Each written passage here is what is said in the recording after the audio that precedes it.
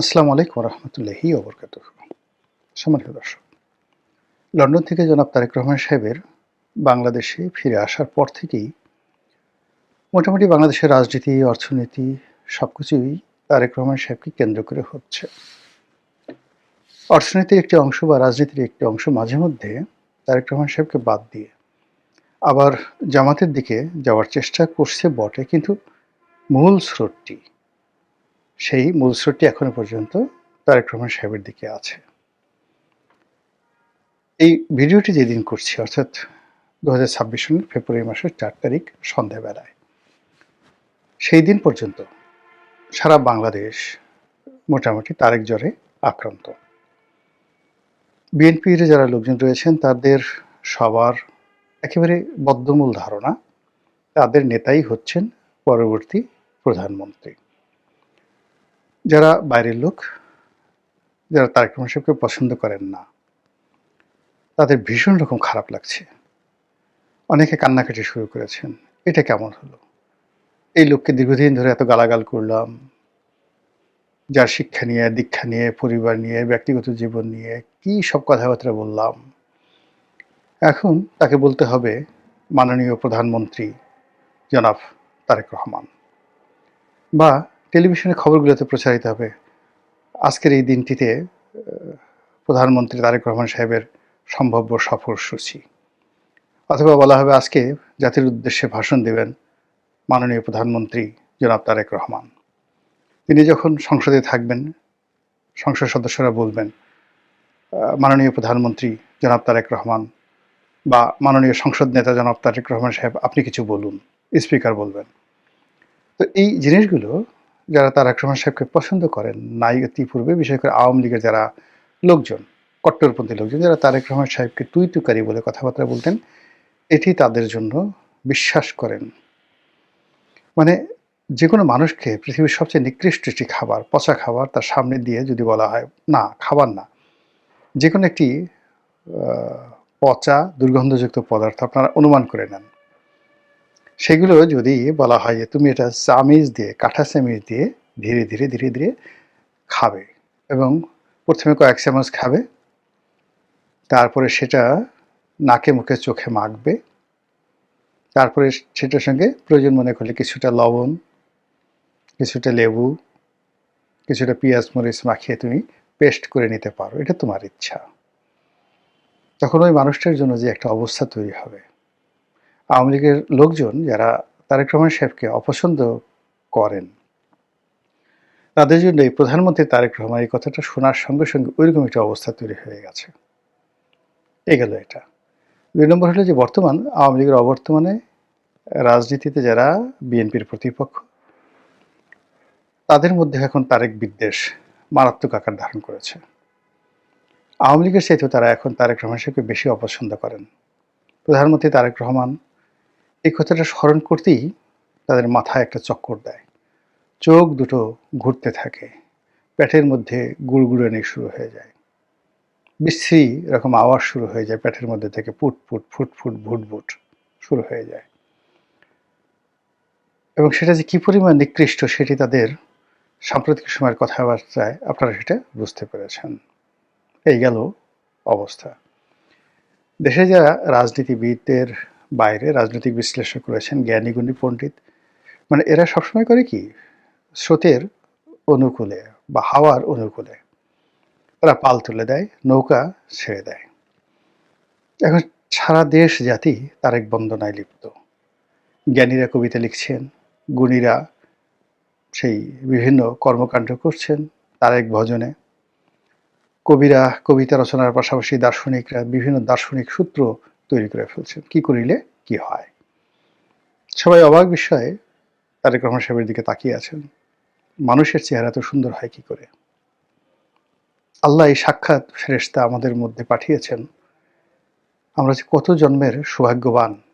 এরকম কবিতা রচনা করে বহু মানুষ তাবিজ বানিয়ে গলায়, মাজায়, কোমরে তারা ওই তাবিজ পরিধান করে ঘুরে বেড়াচ্ছে, যেন বিএনপির যারা লোকজন রয়েছে তারা তাদেরকে সম্মান করে, সমীহ করে। তারেক রহমান সাহেবকে নিয়ে সুন্দর সুন্দর কবিতা রচনা করা হচ্ছে, তার চেহারা মোবারক, তার পোশাক, তার জুতা মোবারক, জুতা মুবারকের তলা। একজন তো বলেই ফেলল যে তারেক রহমান সাহেবের একটা বিড়াল আছে নাম জেবু, এক নেতা, বেশ বড় নেতা। তো তিনি বললেন যে যারা, তারেক রহমান সে তো দূরের কথা, জেবুর একটা পায়ের যোগ্যতা যাদের নেই, বিড়ালের একটা পায়ের যোগ্যতা যাদের নেই, কত বড় দুঃসাহস তারা তারেক রহমান সাহেবকে সমালোচনা করে। এত বড় সাহস! লোকজন বলতেছে হ্যাঁ হ্যাঁ হ্যাঁ, ঠিক ঠিক ঠিক, এর চেয়ে তার উত্তম প্রশংসা হতে পারে না। তো এই যে তারেক বন্দনা, সেই তারেক বন্দনার যে জোয়ার চলছে, সেখানে শিল্পী, সাহিত্যিক, গায়ক, গায়িকা, নায়িকা কেউ বাদ নেই। কোমর দুলিয়ে দুলিয়ে নাচছে, গলা ঝুলিয়ে ঝুলিয়ে গাইছে, বাবরি চুল দুলিয়ে দুলিয়ে তারা সেই মঞ্চ কাঁপাচ্ছে। এরকম একটা তারেক জ্বর শুরু হয়েছে।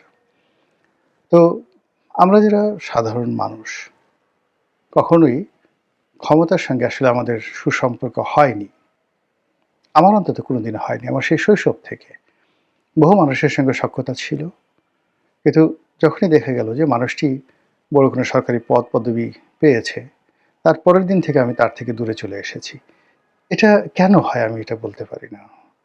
সব ক্ষেত্রে মানে এখন ধরুন রাজনীতি করি, রাজনীতির আগে তো বহু বছর ভালো, ভালো জায়গাতে ছিলাম। গ্রামে ছিলাম, শহরে ছিলাম, দেশে ছিলাম, বিদেশে ছিলাম। কিন্তু এই ক্ষমতার কাছাকাছি মানুষগুলোর সঙ্গে সম্পর্ক রাখা, সেই সম্পর্ককে ব্যবহার করা, ক্ষমতার পিছনে ছোটার যে লিপ্সা, এটা কেন জানি আমার হয়নি। হয়তো সেই যোগ্যতাই নেই। তো আমরা এই তারেক রহমান সাহেবের যখন দুঃসময় ছিল, তখন বলার চেষ্টা করেছিলাম যে তারেক রহমান সাহেব দেশে আসছেন না, আসবেন না, ইত্যাদি ইত্যাদি। তখন বলছিলাম যে না, তিনি আসবেন এবং তিনি আসলে যমুনার যে কর্তৃত্ব, ডক্টর মোহাম্মদ ইউনূসের কর্তৃত্ব থাকবে না। যমুনার সামনে লোকজন যাবে না। এ কথা বলেছিলাম। আবার তারেক রহমান সাহেব যখন বাংলাদেশে এলেন, সারা বাংলাদেশ যখন তাকে নিয়ে লাফাচ্ছে, তারেক ছাড়া আর কোথাও কিছু নাই। ঠিক সেই দিন আমি বললাম যে বাঙালির এই আবেগ ৪৮ ঘন্টা থাকবে না। ৪৮ ঘন্টার পর আপনি দেখবেন তারেক রহমান সাহেবের বাসা বা অফিসের সামনে এই ভিড় নেই। এখন গিয়ে দেখেন সেই ভিড় আছে কিনা। যা হোক, যারা সমালোচনাকারী, বিশ্লেষক, তাদের বক্তব্য হলো তারেক রহমান সাহেব মূলত বাংলাদেশে পা দিয়েছেন প্রধানমন্ত্রী হিসেবেই। এর কারণ হলো যে তিনি বিদেশে থেকে যে এলেন, দেশের একটা বিশেষ প্রয়োজনে, যখন ওসমান হাদির ঘটনাটা ঘটল, ঠিক ওই সময়টিতে দেশ একটা টারমাইল অবস্থাতে চলে যাচ্ছিল এবং দেশের যারা রাজনীতিক নেতৃবৃন্দ ছিলেন, বিশেষ করে জামাতের নেতৃত্বে যে সকল ইসলামপন্থী দল ছিলেন, তারা একটা বিকল্প বিপ্লবের কথা চিন্তা করছিল। ওসমান হাদির জানাজা যেদিন হবে সেই দিনই এরকম একটা বিকল্প কিছু হতে পারে, এরকম আশঙ্কা সবাই করেছিল। এটা যে জামাত করেছে বা করবে, নট লাইক দ্যাট। কিন্তু তাদের পক্ষে যে সকল ইউটিউবার রয়েছেন, দেশের বাইরে যে সকল কন্টেন্ট ক্রিয়েটার রয়েছেন, তারা এরকম একটা ন্যারেটিভ তৈরি করেছিল যে যেদিন ওসমান হাদির জানাজা হবে সংসদ ভবনে, সেদিন কিছু একটা ঘটবে। এই গেল এক। কিন্তু ডেইলি স্টার এবং প্রথম আলোতে আক্রমণের মাধ্যমে পুরো পাবলিক সেন্টিমেন্ট এবং গ্লোবাল যে অ্যাটেনশন, এটি মূলত সেই যারা বিপ্লবী ছিলেন, যারা উসমান হাদির হত্যাকাণ্ডের বেনিফিশিয়ারি হওয়ার চেষ্টা করেছিলেন, তাদের বিরুদ্ধে চলে যায়, মবকারীদের বিরুদ্ধে চলে যায়। ঠিক ওই সুযোগটিতেই জনাব তারেক রহমান সাহেব বাংলাদেশে আসার ঘোষণা দেন। সবাই খুব আশ্চর্য হয় যে উনি এই সময়টাতে এটা বললেন কেন বা করলেন কেন। যদি তিনি নিজের ইচ্ছায় সেটা করে থাকেন, অবশ্যই সেটা ভালো। এর কারণ হলো নেতা সবসময় ক্রাইসিস মোমেন্টে সাড়া দেন, নর্মালি অন্য সময় দেন না। যে যত বড় নেতা, সে তত বড় বিপদের সময় নিজেকে সমর্পণ করেন। তো সেই অর্থে তারেক রহমান সাহেব তার স্ত্রী, তার কন্যা, পরিবারের প্রিয়জনদেরকে নিয়ে লন্ডনের পার্ট গুছিয়ে তিনি যে বাংলাদেশে এসেছেন, এটা যেন তেন সাহসের বিষয় নয়। নিঃসন্দেহে এটা অনেক অনেক বড় সাহসের বিষয়। এমনকি শেখ হাসিনার জমানার চাইতেও এটি বেশি সাহসের বিষয়। শেখ হাসিনার জমানাতে যে স্ট্রাকচার ছিল, রাষ্ট্রের কারাগার থেকে শুরু করে অনেকগুলো রাষ্ট্রীয় প্রতিষ্ঠান নিরাপদ ছিল। অ্যাটলিস্ট কোর্ট কাছারিতে মানে বিচারকের এজলাসের মধ্যে ঢুকে কেউ আপনাকে মারধর করতে পারত না। তো এরকম একটি অবস্থা যখন বাংলাদেশে চলছে, যখন কেউ কোনো জায়গাতেই নিরাপদ নন। অফিসে, আদালতে, বাড়ি, ঘরে, ব্যবসা প্রতিষ্ঠানে কোথাও কেউ নিরাপদ নন। ঠিক সেই সময়টাতে নিজের প্রিয় স্ত্রী এবং কন্যাকে নিয়ে তিনি বাংলাদেশে এসেছেন রাজনীতির জন্য। আমি প্রথমত এটাকে খুব সাধারণ বিষয় মনে করি না। ভীষণ রকম ঝুঁকি। এখন এই ঝুঁকি যে তিনি নিয়েছেন, দুটো বিষয় থাকতে পারে যে তাকে শতভাগ নিশ্চয়তা দেওয়া হয়েছে দেশ থেকে বিদেশ থেকে সর্বমহল থেকে যারা কর্তৃপক্ষ, যে আপনি আসুন, রাষ্ট্র পরিপূর্ণভাবে আপনার সঙ্গে আছে, এই একটা। আর দ্বিতীয়ত হলো যে সবার সঙ্গে তার একটা জাস্ট শুভেচ্ছা বিনিময় কথাবার্তা যেটা ফর্মাল হয় সেটা হয়েছে। আর ঝুঁকিটা মূলত তিনি নিয়েছেন। হোয়াট এভার মেবি, আমি দুটোই বললাম, আপনারা বুঝে নেবেন। আর যারা বিএনপির যারা লোকজন আছেন তারা সিদ্ধান্ত নেবেন। দ্বিতীয় যে বিষয়টি, তিনি বাংলাদেশে আসার পরদিন থেকেই, মানে আসছেন সেই দিন থেকেই, মানে যেদিন লোকজন এয়ারপোর্টে গেল, সবাই বলার চেষ্টা করলো যে তিনি দেশের প্রধানমন্ত্রী। প্রথমে বলা হলো ভবিষ্যৎ প্রধানমন্ত্রী, কিন্তু তাকে যেভাবে রাষ্ট্রীয় প্রোটোকল দেওয়া হলো এবং এখন পর্যন্ত দেওয়া হচ্ছে, তাতে তাকে ভবিষ্যৎ প্রধানমন্ত্রী নয়, বর্তমান প্রধানমন্ত্রী হিসেবে ট্রিট করা হচ্ছে। যে কায়দায় তিনি পাসপোর্ট পেলেন, যে কায়দায় ভোটার আইডি পেলেন, যে কায়দায় তিনি সারা বাংলাদেশ ঘুরে বেড়াচ্ছেন এবং তাকে নিয়ে যেভাবে মাতোয়ারা সারা দেশ, তো সেইভাবে অতীতে কোনো প্রধানমন্ত্রীকে নিয়ে এরকমভাবে মাতোয়ারা হতে আমরা দেখিনি। এবং একই সঙ্গে সকল পক্ষ, তার যারা প্রতিপক্ষ তারাও তাকে ভয় পাচ্ছে, তার যারা কাছের লোক তারাও তাকে প্রচণ্ডভাবে সমীহ করছে। এবং শহীদ প্রেসিডেন্ট জিয়াউর রহমান বা বেগম জিয়া, দলের উপর তার একটা কর্তৃত্ব ছিল, কিন্তু তারেক রহমান সাহেব যেভাবে মঞ্চ কাঁপাচ্ছেন, যেভাবে সমস্ত লোক মঞ্চে তিনি কোনো রকম ভনিতা না করে অনাড়ম্বর ভাবে সাধারণ একটা চেয়ারে ইন না করে কেটস পরে যেভাবে দাঁড়াচ্ছেন, কিন্তু ওটার যে তেজ, যেটার যে অমিত বিক্রম, সেই অমিত বিক্রমে বড় বড় বাঘা যারা নেতা রয়েছেন, আমি কারো নাম বলবো না, থর থর থর থর করে কাঁপছেন। সামনে কেউ আসতে সাহস পাচ্ছেন না, সেই সারিতে কেউ আসতে সাহস পাচ্ছেন না, পেছনের সারিতে তারা মানে কাচুমাচু কাচুমাচু করে আসছেন। তিনি যেভাবে নির্দেশ দিয়েছেন, তুমি 2 মিনিট দেবে, আপনি 3 মিনিট দেবেন, আপনি 2.5 মিনিট দেবেন, আপনি বক্তব্য দেবেন না, শেষ, কেউ কোনো কথা বলতে পারবেন না। তো এই অর্থে শেখ হাসিনার যে ক্ষমতা, কোনো ক্ষমতাই ছিল না। নিজের একটা জাস্ট উদাহরণ দেই, মানে গণতন্ত্র যখন ছিল তখন আমাদের ক্ষমতা কেমন ছিল। আমার এলাকাতে সেই একটা বড় জনসভা হলো, মঞ্চে আমি, প্রধানমন্ত্রী শেখ হাসিনা, আসমা ফিরোজ, তারপর আমির হোসেন আমু, বাহাউদ্দিন নাসিম সাহেবও সেখানে গেছেন। তো প্রায় 1 লাখ লোক সেখানে উপস্থিত। এখন তখনই আমি আসলে আওয়ামী লীগের মাইনাসের খাতায় মানে যাই যাই করে অবস্থা। অনেক শীর্ষ নেতৃবৃন্দ যারা ছিলেন তারা আমার ব্যাপারে ভীষণ রকম বিরক্ত ছিলেন যে এই ছেলেটা একটা বেয়াদব, বিশ্ব বেয়াদব। এবং তারা শেখ হাসিনার কান ভারী করতে করতে এমন অবস্থা করে ফেলেছিলেন যে শেষের দিকে হয়তো উনি মনে করতেন যে আসলে আমাকে যে সিলেকশন করাটা তার একটা ভুল হয়েছে। তো যাই হোক, উনি আমার এলাকাতে গেছেন, প্রধানমন্ত্রী গেছেন, অনুষ্ঠানের সমস্ত আয়োজন আমি করেছি। এবং এমন একটা এলাকাতে, যে এলাকাতে দ্বীপ বেষ্টিত একটা এলাকাতে বড় জোর শেখ হাসিনার ওনার বা ওনার নেতৃবৃন্দের আশা ছিল 1000 খানেক লোক ওই সকাল 10টার মধ্যে হাজির হতে পারে। তো সেখানে যখন 1000-এর জায়গায় 1 লাখ লোক হাজির হলো, তো বোঝার চেষ্টা করেন আমি 1 সপ্তাহ ধরে সেখানে সেই অ্যারেঞ্জ করছিলাম। তো যখন এই একটা অনুষ্ঠানে সব মানুষ উপস্থিত এবং সেখানে মূলত আমার যে অবস্থা ছিল, আমার বক্তব্য শোনার জন্য মানুষ আগ্রহী।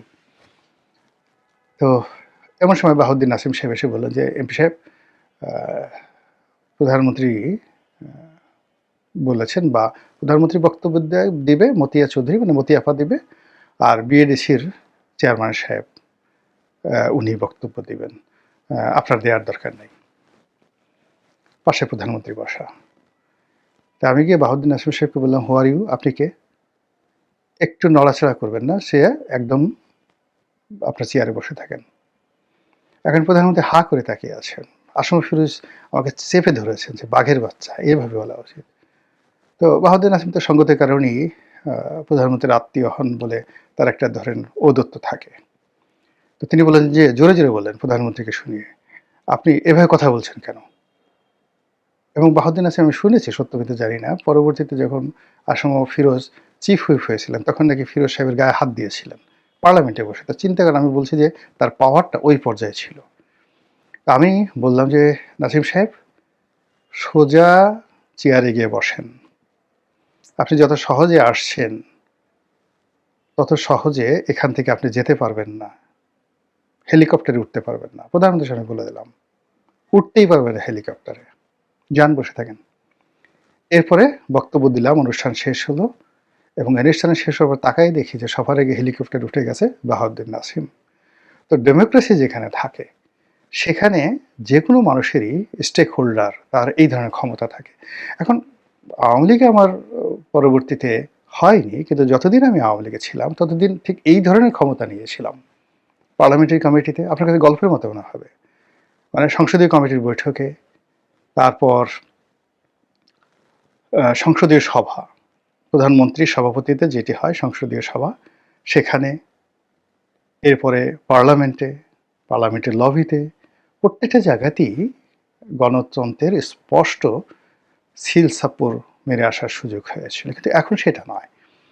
এখন যে অবস্থা চলছে সে অবস্থাতে এখানে তারেক ঝড়, তারেক জ্বর, এখানে জনাব তারেক রহমান সাহেবের বিড়াল নিয়ে একটা টু শব্দ করার ক্ষমতাও বিএনপির কোন নেতার আছে আমার কাছে মনে হয় না। তো যেটা বললাম যে তিনি এখন বর্তমান প্রধানমন্ত্রীর মতো করে সারা দেশ চষে বেড়াচ্ছেন, এবং এই যে তিনি যে প্রধানমন্ত্রী, এটাকে প্রচার করার জন্য, শো আপ করার জন্য একটার পর একটা সভা হচ্ছে, সেমিনার হচ্ছে, তারপর ব্যবসায়ীরা আসছে, রাষ্ট্রদূতরা আসছে, টেলিভিশন মিডিয়ারা যাচ্ছে, বিভিন্ন রকম কথাবার্তা, মানে অ্যাজ ইট ইজ প্রধানমন্ত্রী তারেক রহমান সাহেব। আমি এগুলো নিয়ে, মানে এর মধ্যে আবার নিউ ইয়র্ক টাইমসে তার একটা বক্তব্য, নিউ ইয়র্ক টাইমসে না, ইন্টারন্যাশনাল টাইম ম্যাগাজিনে তার একটি সাক্ষাৎকার ছাপা হলো। তো ভালো সাক্ষাৎকার, অনেক ভালো দিকে বলা হয়েছে, তার সঙ্গে সঙ্গে তার যত রকম বদনাম আছে সেই জিনিসগুলো টু দি পয়েন্ট ইন্টারন্যাশনালি বলে দেওয়া হয়েছে। তো সেটার আমি মৃদু সমালোচনা করেছি, অসুবিধা নেই। কিন্তু আজকে যেটা আমি বলবো সেটা হলো, যেটা আমি আশঙ্কা করেছিলাম বা আশা করেছিলাম, যে ইকোনমিস্টের মতো পত্রিকা যদি তারেক রহমান সাহেবকে নিয়ে কোনো প্রতিবেদন তৈরি করে, তাহলে সেটা তার জন্য সবচেয়ে বড় পাওনা হবে, এবং সেটা কী হবে এটা নিয়ে আমি একটা টেনশনে ছিলাম। তো দেখলাম যে ইকোনমিস্টও তাকে নিয়ে একটি প্রতিবেদন করেছে, এবং সেই প্রতিবেদনে তারা বলেছেন যে প্রধানমন্ত্রী হওয়ার যে দৌড়, সেই দৌড়ে তারেক রহমান সাহেব এগিয়ে আছেন। আমি মনে করি এটি তার জন্য একটা বিরাট ইতিবাচক দিক। New York Times, the guardian বা ওয়াশিংটন পোস্ট, এই পত্রিকাগুলো প্রায় বায়াসড, তারা একটা বিশেষ দলের, গোত্রের, সরকারের, রাষ্ট্রের তারা পারপাস সার্ভ করে। কিন্তু ইকোনমিস্ট একটা ইকোনমিক ফোরকাস্টের সাথে সাথে সত্যিকার অর্থে একটা দেশের রাজনীতিটা কিভাবে, যাকে বলা হয় ডিজাইন হয়, কিভাবে আগায়, এটার একটা নিরপেক্ষ যদি আপনি প্রতিবেদন পেতে চান, তাহলে আপনাকে ইকোনমিস্ট পত্রিকার প্রতিবেদনের উপর নির্ভর করতে হবে। তো সেই পত্রিকায় যখন তাকে প্রধানমন্ত্রী হওয়ার দৌড়ে এগিয়ে আছেন বলা হয়েছে, তাহলে আমরা যে এতকাল তাকে প্রধানমন্ত্রী বলে যে সকল সার্টিফিকেট দিয়েছি, সেটার একটা আন্তর্জাতিক স্বীকৃতি হয়ে গেল। ইকোনমিস্ট যেহেতু বলেছে, দেখা যাক আগামীর প্রধানমন্ত্রী জনাব তারেক রহমান সাহেব কবে সেই পদে কিভাবে অভিষিক্ত হন। মহান আল্লাহ আমাদের সবাইকে হেদায়েত দান করুন এবং হেফাজত করুন। আসসালামু আলাইকুম ওয়া রাহমাতুল্লাহি ওয়া বারাকাতুহু।